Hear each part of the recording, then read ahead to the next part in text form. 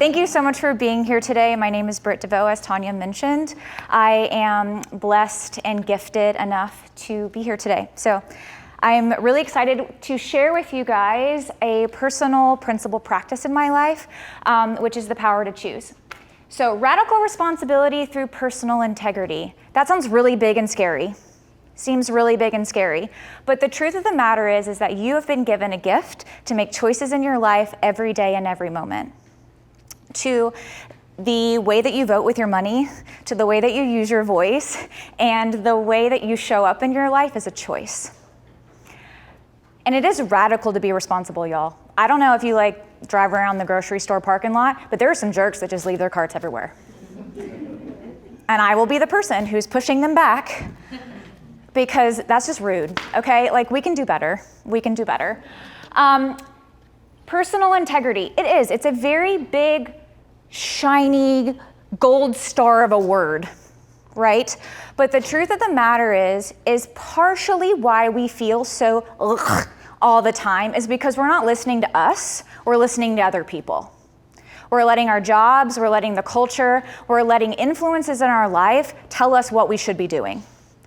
To the tacky shoes, that some people wear, or the vocabulary that we use, right? You participate or not participating is a choice. And we're gonna look at a tactic or an opportunity to step into that through our ability to see today. This is me. I founded Deveau Wellness Haus in 2001. So I am a baby entrepreneur,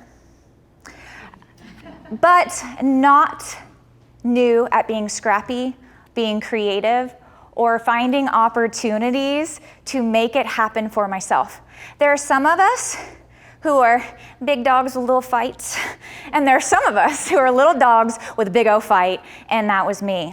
So I grew up in small town Texas. My first opportunity to fight big was when I decided that I wanted to follow dance as a career. I grew up in a studio with concrete floors and pillars in the middle and a drill team director who taught from a chair.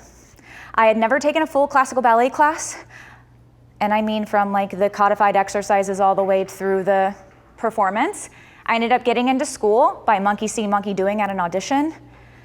Auditioned 5 different times to be able to get into a certain degree program, and the 6th one they took me without the sight of potential talent. I told them where they could take it. I ended up having 2 of the most sought after jobs in the Houston dance community by the grace of God and by my fight, by my choice to serve, by my choice to not accept no. And we all have these things that come up in our lives where you can take what you have experienced and what you have the anointing to do and fix and flux and make that work for you in a way that no other person can. So why Deveau Wellness Haus? Why did you decide to work into holistic health? Yeah, it's super trendy and I got on the wave, yeah, great. But the truth of the matter is we are able to make choices, and we start making choices and then you become leading, right? And you all know that by being here today. You know that you are leading by making the choices that you make. And how you do that is just an extension of yourself if you're doing it from a place of personal integrity and if you're doing it in a responsible way. Deveau is my married name. It is a French-derived word that means of the valley. I don't know if you can tell, but my great-great-grandmother escaped the Nazis, and Haus is German for house. And when I decided to be one of the 40% of people who participated in the Great Migration, I decided to step into my namesake. I wanted a place where there could be wellness in the valley, because we get to choose how we're going to sit in the valley. We get to choose where our eyes go, and we get to choose where our focus goes, because where our focus goes grows. Yes, Brit, it does. I forgot to tell y'all, I am gonna lead with vulnerability today, and I hope that you can come in with me. And if I step on your toes, I love you. I love you. Like I said, I was one who participated in the Great Resignation, and I knew that I could do this because of this right here. When I sat down and decided, I am not gonna do what I've been doing since I was in middle school. We all know those athletes, right? Who like live, die, breathe by their sport. I am special because this.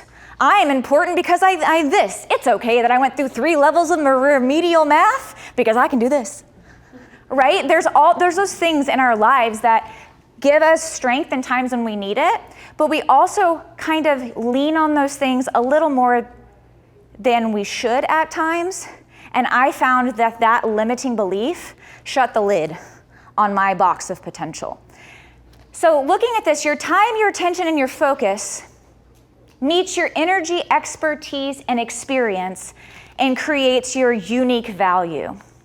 The American philosopher John Dewey would tell you that art is an experience, and not one person will experience art the same way at the same time ever again. So every time you look at a Monet, it will look different. Every time you go and see, insert your favorite musical here. Any time that you become exposed to something, and I like to think about this as people too, because I'm sorry, honey, this is a work of art. Right? Every time I experience Margaret, every time I experience Kelly, every time I experience Amanda or Marcella, she's going to be different because she has had the opportunity to take in information, to make decisions, and I want people to look at me like that too, because sometimes I'm a jerk. No? You guys are perfect? Okay. Got it. So, what I would like for you to consider today is where your unique value lies.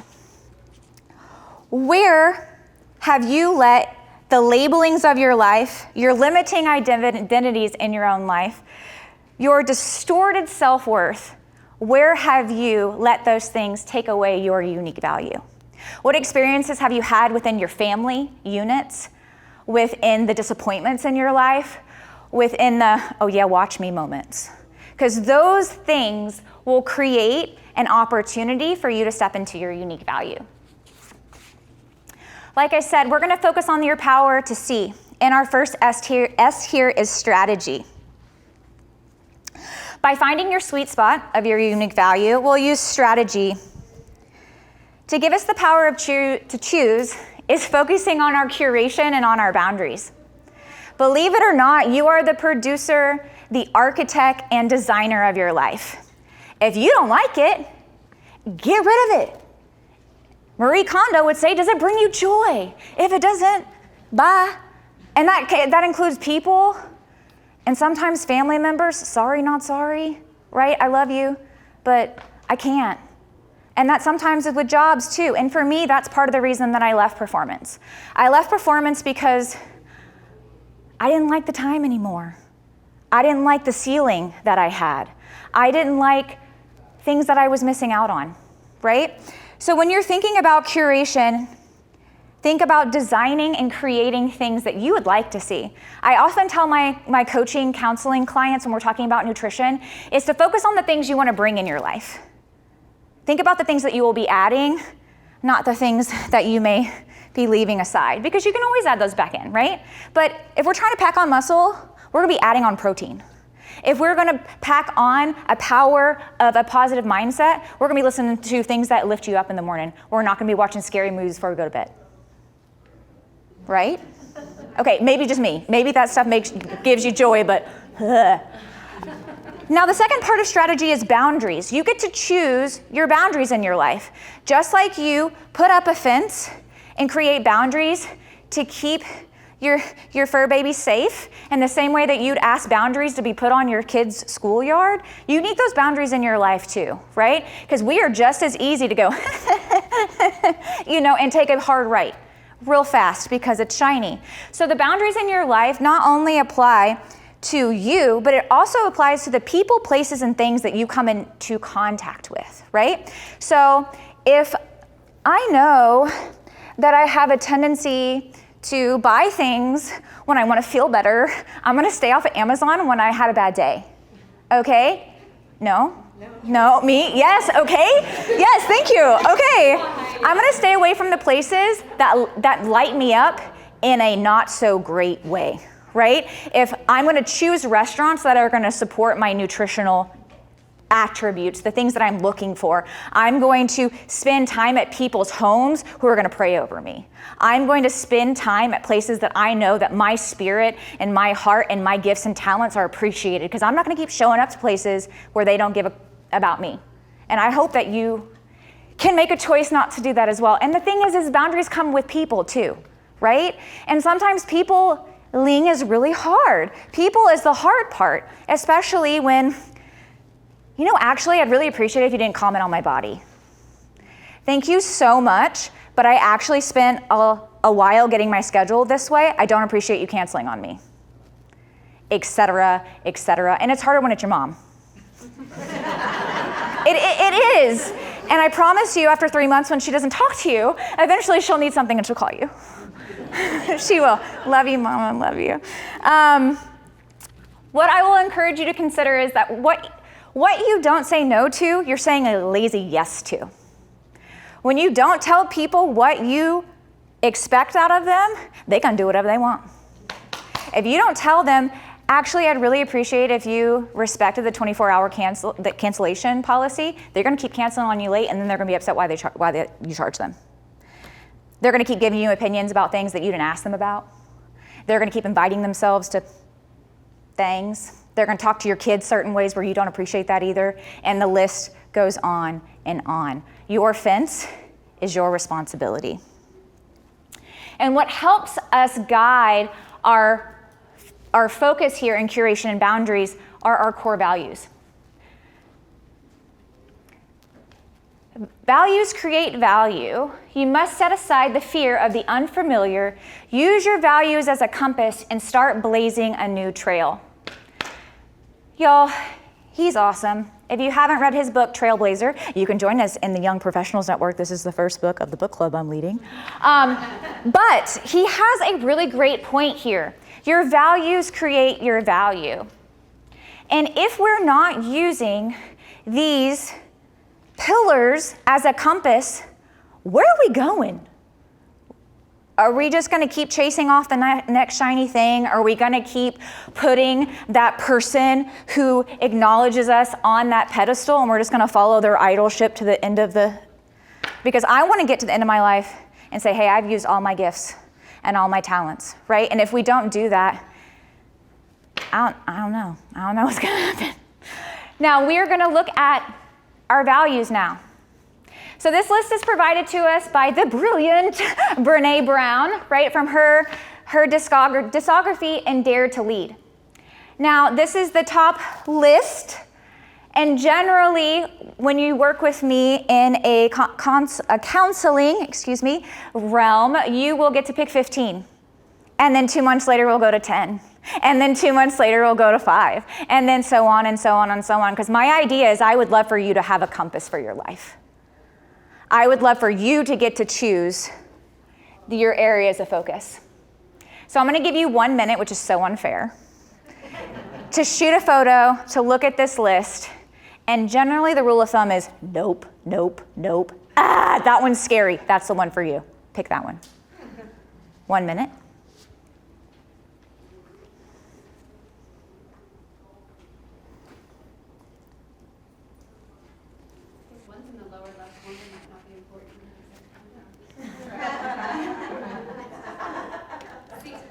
You had the power to choose. I did. I'm not a tree, honey, move.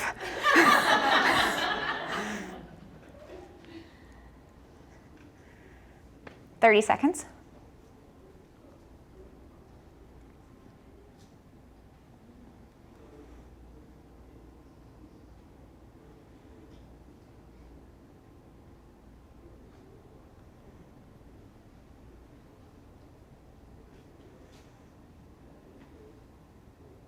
All right, let's hear it. Who would like to share a core value? You're gonna laugh. I'm not. No, you are, because you keep talking about it over and over and over. I started at the very front, and the most important value for me at all times is integrity. Mm-hmm. Because it leads into every other core value that there is. Now she got a point, right? Because now she's making a priority list. And it's all about syntax, which then goes back to understanding, which then goes back to your lens of environment and learning, which then goes back to your unique experience. Because y'all mean something special to me, but some people think it's embarrassing, so. Anyone else? I like the one in the middle, love. Love. Why? God, love your family, love your work. Yes. I just feel like you need to love everything. It all comes from love, right? Right? I missed a hand. Yes. Efficiency. Efficiency. I love making my life as efficient as possible, make systems work.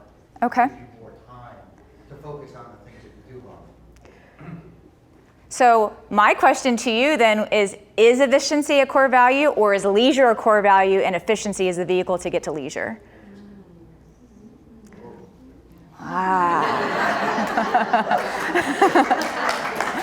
One more. May I hear one more? In the back, please. Trust. Trust. You and Mark Benoff would have something deeply, I recommend Trailblazer to you. You guys have something in common. So where in your life are you craving boundaries? Is it a person? Is it a place? Is it a thing? Hello, put your phone away from your bed. It is encroaching on my intimate time because we're staring at our phones. Anyone else? Yes. Why don't you turn to your neighbor and just tell them, is it a person, is it a place, is it a thing that you need help with boundaries with? Tell your neighbor, is it a person, a place, or a thing that you have boundary issues with?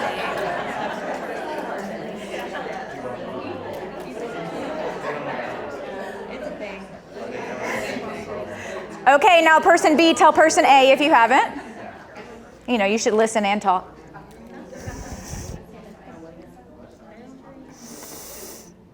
Put your values first. If we look at Joseph Campbell's example of a hero's journey, that hero does not leave his little hobbit home until he knows where he's going. He just doesn't. Right? So if you don't have a flag on your eyesight, in your mind, where are you going? And I mean, granted, I am like every other person who got their driver's license and was like, bye, out of here, that's all that matters. And sometimes that's okay. But if we continue to drive like that, I'm going to ask you, are you just going to keep going until your gas tank is empty? And if we're still looking at Joseph Campbell's example, every hero needs a guide, right? Every hero needs a guide. And we're going to be using these core values as our North Stars. These things that lead us to the place that we want to go. We can all get distracted by all the little beautiful things that are on the ground, but we have to look up and reflect into that space of what are my expectations? What are my priorities?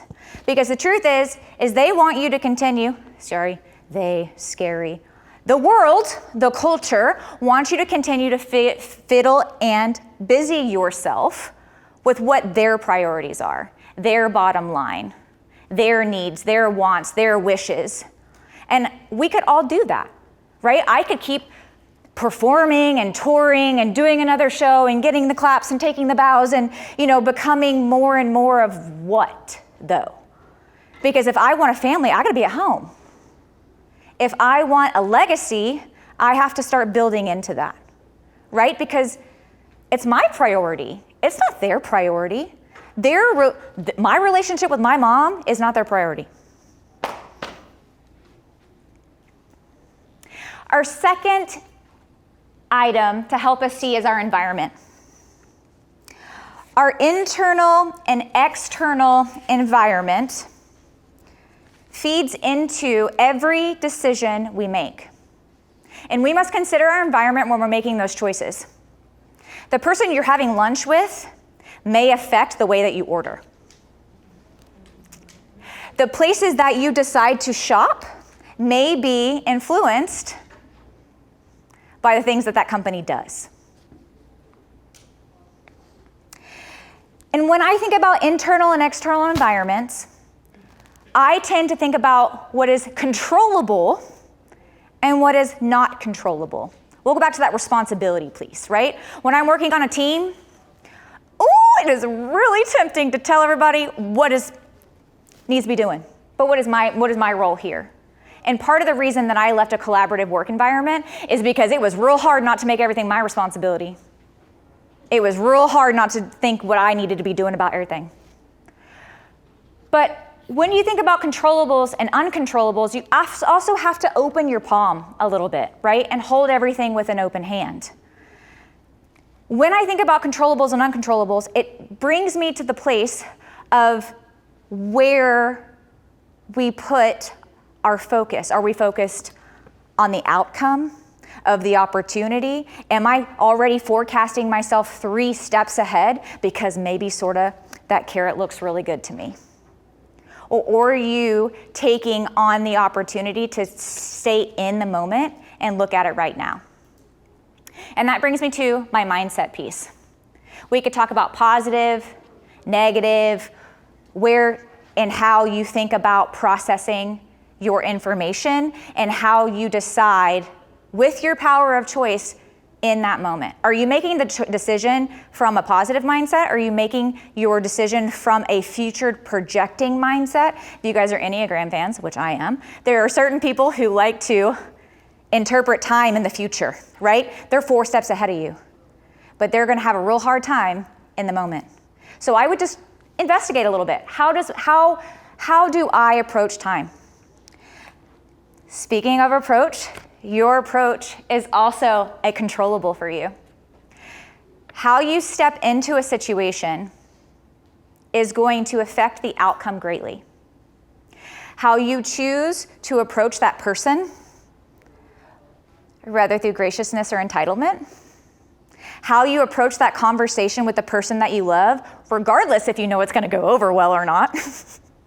I'm speaking to a client right now who's in her teens, and that is something we are talking about a lot. How you approach someone, even though you may be dissatisfied. The last thing that is in your control is your surroundings. And we talked about this a little bit earlier, about being an architect, about being a creator. But I will encourage you to think about your environment and the controllables in the means of, does the clutter of my room clutter my mind? Do the people around me lift me up, or are they sandbagging me? If I really want to be more physically active in my life, do I choose people who just want to brunch and mosey all day? Right? These people feed into you and you can feed out to it. But honey, it's real hard to push all the time by yourself. Now let's talk about the uncontrollables here. We can't control the outer chaos. We can't. And we cannot control other people's choices. Would it be easier? No, not really, because I'm tired. But when you think about other, it's then stepping in your responsibility, right? If it makes me uncomfortable, my responsibility is the boot, scoot, pivot, turn, out of here, right? This isn't the place for me.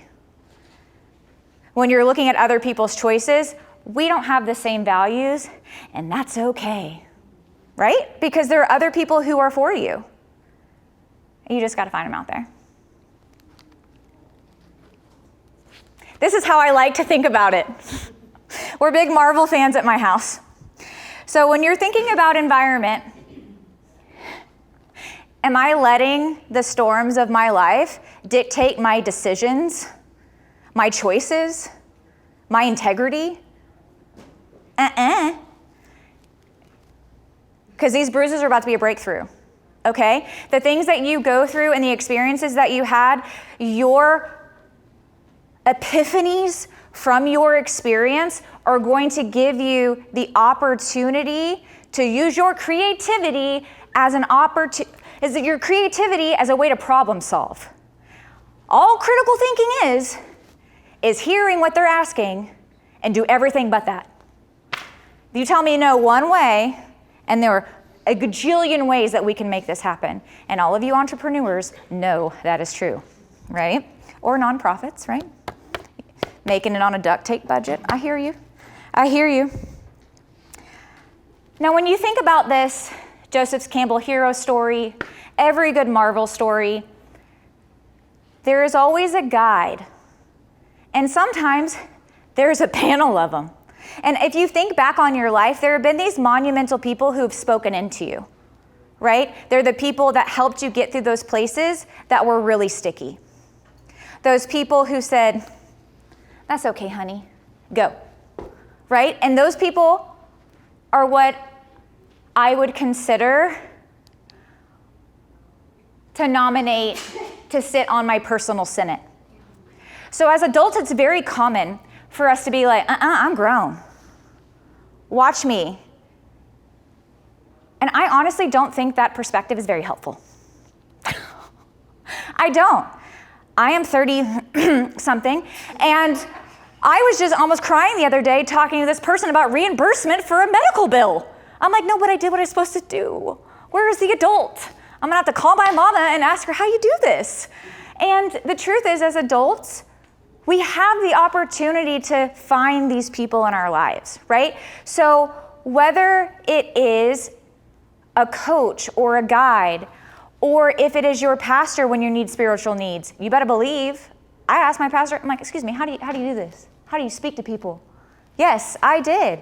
You have those people in your life and they care about you. They want to help you, right? We are missing the connection point. We are missing the compassion. And the truth is, if somebody came to you and said, Jennifer, I admire what you do.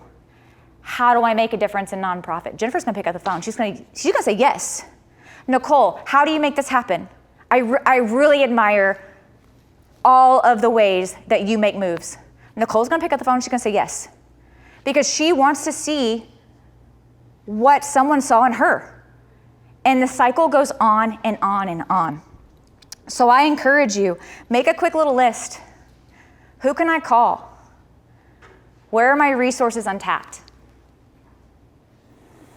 Our last E here in our power of choice to be able to see is what I consider the consumer versus the creator. With your power of choice, we have considered our strategy and our environment, and the last piece is engage. How are you engaging with the next thing? And I'll take you back to the people, the places, and the things thing. What is the internal situation like? What is your landscape like when you're going to engage with that choice? Are you engaging with the choice of, well, there's nothing I can do about this? Are you blaming other people for the way that it may or may not turn out? Are you self-sabotaging in the, well, I'm not gonna really prepare for this, it's gonna go terrible anyway, right? I can't be the only person, right? I can't be. I refuse to accept that. On the consumer side, there is a common theme that we have now where we believe that if we just keep going, if we just read the next book, if we just buy the next course, if we just do the next certification, if we just do the next thing they ask me, they're gonna see me, they're gonna give me that gold star, it's going to be fine, then I will be qualified. You don't need them. You don't need them because you have been put on a path through experience and fire, through scars and healing, that any opportunity that is put in front of you, you are ready for. Those lessons that you have been given are a gift. And that takes me to the second part, the creator. To create the opportunities for yourself, to step into a place where you can own the things that come to you.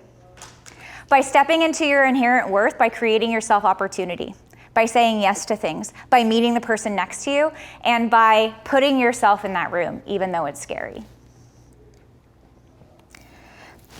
When you step into your story, you have an opportunity to have an experience like no one else can. me standing in this room from where I am today is going to be able to speak to someone like nobody else can. And the truth is it goes on and on and on and on exponentially. Bees make hives and ants build colonies, but humans build futures. It's so beautiful, truly. Like, I wish I would have said this. I really do. Erwin McManus is a gifted pastor from Mosaic. And if we use our power to choose with the idea of seeing what is possible, what can you build? Before the Great Resignation, I was a performer who always thought I was going to be a performer. Hey, maybe one day someone's going to give me their studio. Maybe, because I've been doing this since middle school. They've been handing me a performance schedule. I was lucky to have these jobs, and I was blessed. But unless I choose to do something different, nothing will be different. Unless I choose to pick a different path and believe what people are telling me, because we all have those people. Babe, you're going to kill it. You're made to do this. Right? We all have those people in our lives, and we can choose to believe them. And look back and see how you have proven that that is true. And it wasn't until I was preparing for this talk that I realized, oh, I'd already proven to myself that I could fight my way out of something. I mean, I did it through a college education system, and I did it with less than amazing turnout, and I did just fine. So I will ask you, where are you building? If I'm using my core values as my compass, right? If I'm looking at compassion, and if I'm looking at family, if I'm looking at experiences, and I'm looking at love, where am I going? Does that mean I'm gunning for the next promotion? Maybe. But does that mean the next promotion will get me where I want to go? It's all things to consider. It's all about how to balance these things. And the truth is my priority is my marriage. So I'm always going to look and be like, honey, what are we doing? What are we doing? Because he got the seat on the Senate, y'all. And I know everyone has some person, right, that you want to collaborate with. So consider those people and consider where you're building. This is a common trope that I hear often when I'm working with clients. I wish I could not drink so much, but how do I hang out with people?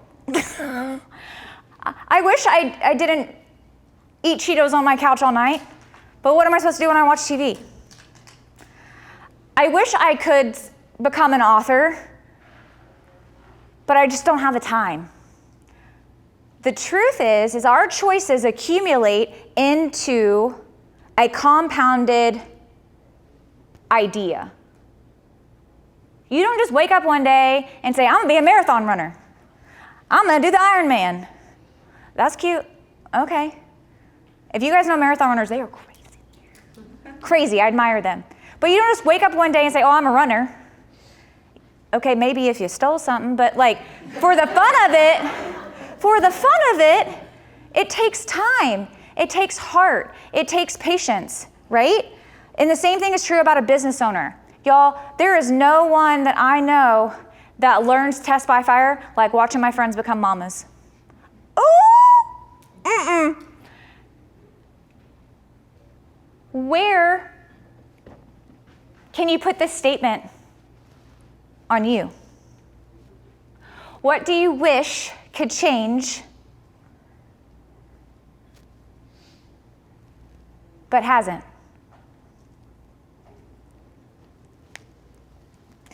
And maybe it has to do about your health. Maybe it has to do about your wealth. And maybe it has to do about your time. Because the truth is we all have the power to see it a little differently, to use our ingenuity, both of responsibility and integrity. But we have the power to choose to do something different. And for me, being right here, right now, I wish I could be a speaker, but I'm too scared to apply. Joke's on you, honey. You applied. Here you are.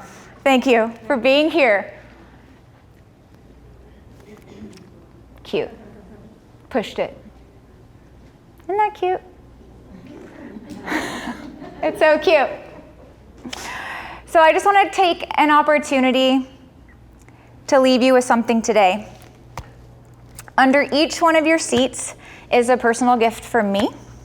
Like Oprah, yeah, for real. Look under your seat. And in this gift is a space that you can revisit over and over again. My gift to you is 3 minutes to take the choice for what it's worth. Think about it. Flip it over. Chew on it. Wad it up. Fold it. Unfold it. What opportunity, what way can I see this choice to get me where I want to go? To make me the person I want to be, to make me a better reader, to make me a better father, to make me a better friend, to make me a better spouse, to make me more successful in my business, to help me be more authentic, to help me be more spiritually grounded, to be a person full of more responsibility and more integrity, because we want to see that. We need help, y'all, and nobody's going to help us like us. So I hope that you will use this. I hope that you can enjoy it. This is me. Little Kim Possible reference if you're of that gin. But this is my personal phone number. This is my personal email. If I can have a coffee with you, if I can go on a hike with you, I would love that.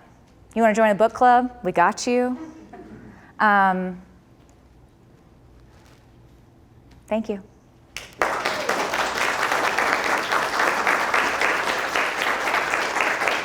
I would gladly point you to these references if you were interested in any of the beautiful people that came and inspired this talk before us. We are nothing but products of all of the things that we've experienced and learned, so please follow the bunny trail if that is for you. Can I answer any questions? You have the power to ask. Have you heard of Atomic Habits?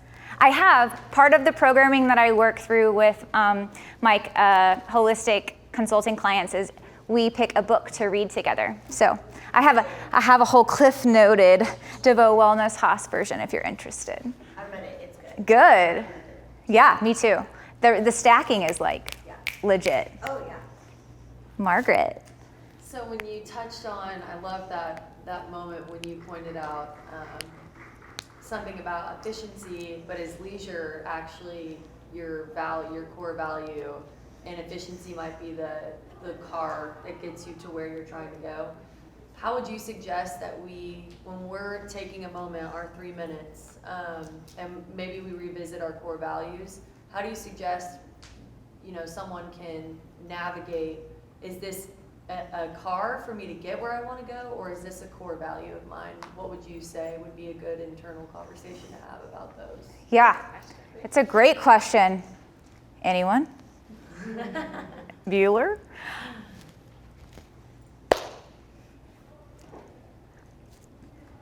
Each individual is biologically independent and unique. And I would say the same thing about every circumstance. When I was going through my sobriety journey, it wasn't necessarily I had to avoid this one said restaurant, or always this one said friend, or never on a holiday. You know what I mean? Like there was never these hard, fast rules. But by calling it by a case-by-case basis, and by keep putting that mirror up and figuring out where the life was coming from, is how I knew. And I think so much we look outside of ourselves to say, is this right? Is this ideal? Is this perfect? Is this enough? But you know. And when it comes to the efficiency and leisure thing, I think part of it is about the listening to.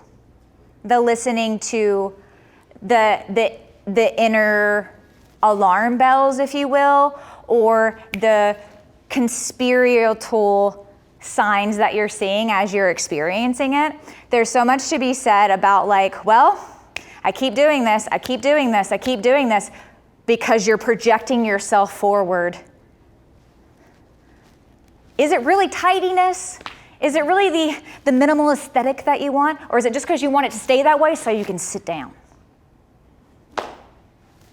You know, is it, oh, I can't eat added sugar, I can't eat beans because they make me bloat, I can't do all this? Or is it because you really just want to be comfortable in your pants?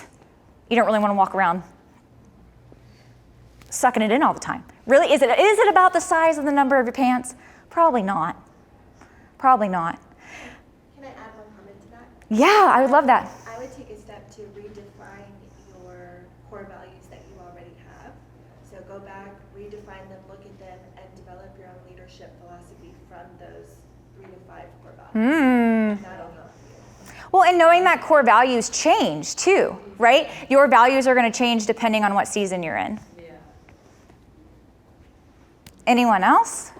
I just want to add one thing. The fact that you gave that little hourglass, taking just a few minutes, I call that a sacred moment of grace. And sometimes it's just a breath, and we don't do that very often. And when you do, that's where you start to find that clarity. That's where you start to understand what it is that you're feeling, why you're feeling that way, and what you want to do about it. I love it. Thank you. Again, thank you all for being here. Your energy, attention is truly precious. I appreciate you. Thank you.